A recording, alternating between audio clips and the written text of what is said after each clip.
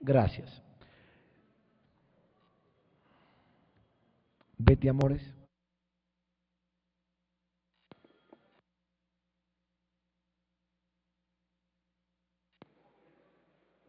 Señor presidente y estimados colegas, primero es necesario aclarar que en esta sesión, si es que se mantiene el número de asistentes a esta asamblea en el número de 73, solo será posible avanzar en el debate, pero como todos conocemos, la resolución requerirá 83 asistentes por lo menos. Esto hay que aclarar de entrada para hablar luego del tema de las voluntades sobre esa decisión. Un segundo aspecto que quiero mencionar es que este juicio demuestra que aún con las dificultades e inclusive la falta de voluntad política que ha sido indispensable y necesaria para empujar no solo este juicio político, sino otros juicios políticos. Sin embargo, de esa falta de voluntad política, este juicio político demuestra que existen mecanismos constitucionales para sancionar mediante la destitución, en este caso, a los integrantes del Consejo de la Judicatura, pero también de otros organismos de regulación y de control que no cumplan con la Constitución y la ley.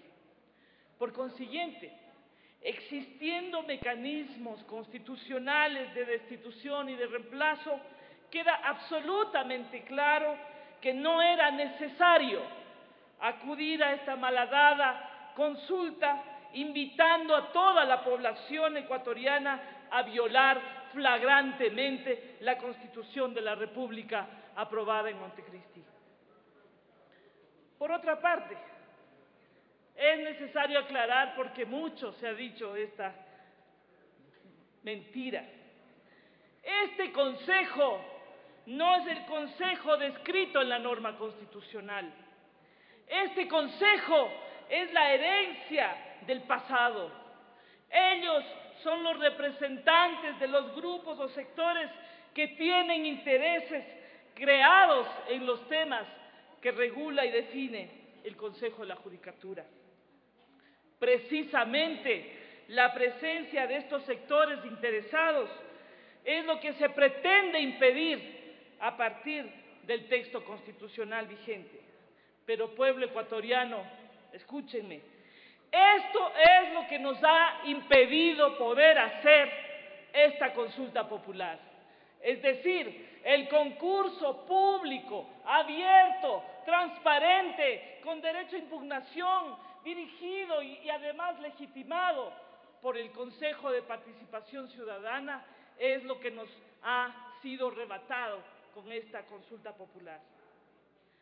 En el marco del análisis constitucional, nos rasgamos ahora las vestiduras diciendo que este es un juicio histórico, dicho por quien es la persona que define siempre en la Comisión de Fiscalización y Control Político si hay o no hay juicios a otros funcionarios públicos. Porque allí también, como se ha aprobado en la Comisión de Fiscalización, hay mayorías y hay minorías. Así es que no vengamos aquí a hablar de ética. Ahí hablamos de mayorías o minorías, aunque hayan razones para juicios políticos. Aquí no se miran las pruebas, no se miran los cargos y descargos, sino la voluntad política de quien toma las decisiones. Y quien toma las decisiones no es la Asamblea, sino el Poder Ejecutivo.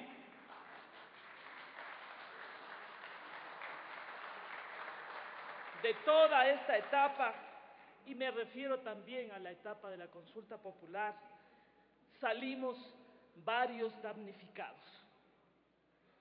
Y me incluyo, porque soy parte de esta asamblea. La asamblea ha salido de este proceso y de esta etapa tremendamente golpeada. El mecanismo de destitución inmediata que se incluye en las preguntas de la consulta popular, invadiendo la facultad de Fiscalización de la Asamblea, sumada a la recurrente abrogación de funciones de legislar, particularmente a través de los anexos escritos en las preguntas de la consulta popular, nos ha dejado en el peor predicamento. Peor aún, cuando nuestro representante, el presidente Cordero, quien ha debido a salir en defensa elementalmente sobre el rol constitucional y democrático de esta función del Estado, ha salido a decirnos algo que me da vergüenza ajena. Este ya es un chiste clásico de la historia. Aquella frase, y cito, que señaló en días pasados cuando dijo: qué bueno que la Corte Constitucional haya arreglado las preguntas 1 y 2, porque la verdad es que eran un poquito inconstitucionales. El presidente de la Asamblea Nacional, en vez de salir a defender esta función del Estado, ha conectado con la violación de la Constitución, ha conectado con la destrucción del sistema democrático.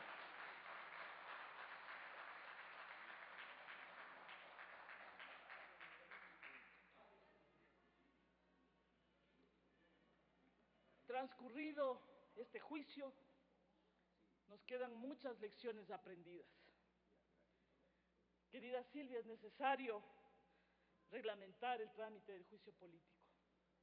Es claro que debemos garantizar más el debido proceso, porque no es posible, por más buena voluntad que haya tenido Mauro Andino, que muchas de las acusaciones se hayan probado únicamente con copias simples.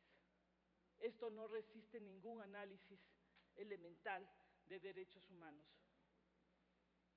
Sin embargo, pese a las inconsistencias y pese a los errores, es evidente que la mayoría que ha dirigido la Corte, el Consejo de la Judicatura, debe irse a su casa. Y digo de la mayoría, porque no puede negarse que lo que vivimos aquí diariamente es una crisis del sistema judicial. Y en este tipo de organismos, en la Comisión de Fiscalización y Control Político, en esta Asamblea, por supuesto que se configuran mayorías y minorías, pero si la Comisión de Fiscalización es el más claro ejemplo de que eso sucede, pero si esta Asamblea es el más claro ejemplo de que eso sucede. Y por eso es que la asignación de responsabilidades a los vocales no puede hacerse ciegamente, compañeros y compañeras asambleístas. Tiene que hacerse primero con base a los cargos, muchos de los cuales han sido imputados a 1 o 2 vocales y no a todos los 9 vocales. Adoptar una decisión válida es también adoptar una decisión justa. Y por eso se tiene que asignar la responsabilidad a cada uno de los vocales, y por ello estoy de acuerdo con lo que ha planteado María Augusta Calle. Finalmente, quiero rechazar públicamente la actitud adoptada por la señora Betty Carrillo, que en 2 medios de comunicación se ha permitido acusarme de haber cometido actos inmorales defendiendo a este Consejo de la Judicatura. Cuando a ustedes, asambleístas, les consta que he votado a favor de este juicio político. Se me ha dicho que me he pasado en este juicio defendiendo al Consejo de la Judicatura y que ya va a ver el pueblo a ver si es que yo asisto a esta sesión. Señores medios de comunicación, constaten, Betty Amores está presente aquí y va a decir sí a este juicio. Betty Carrillo no está aquí. Así es que aquí no me vengan a decir falta de ética. Irresponsables. 9 minutos, asambleísta. Únicamente Falta 1. he defendido y voy a defender al doctor Ulpiano Salazar porque lo conozco. Ustedes han oído todas las tareas que hizo Salazar en sus funciones. No le conozco de otra parte, sino del cumplimiento de sus funciones.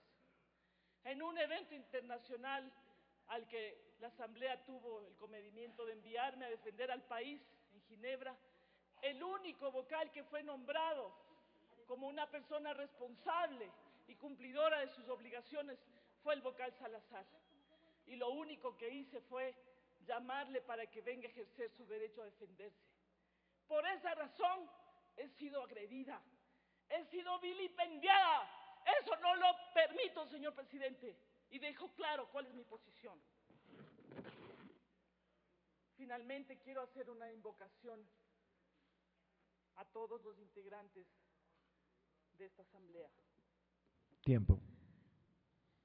Nos hemos pasado exponiendo argumentos jurídicos, argumentos constitucionales, argumentos políticos, argumentos humanos, y ya la sinrazón ya no tiene argumentos. Pero si la destitución asignada sobre la base de la responsabilidad va a prender una pequeña luz en el camino, los invito a todos los integrantes de esta asamblea a votar a favor de la destitución de quienes sean responsables del grado de crisis del sistema judicial. Muchas gracias.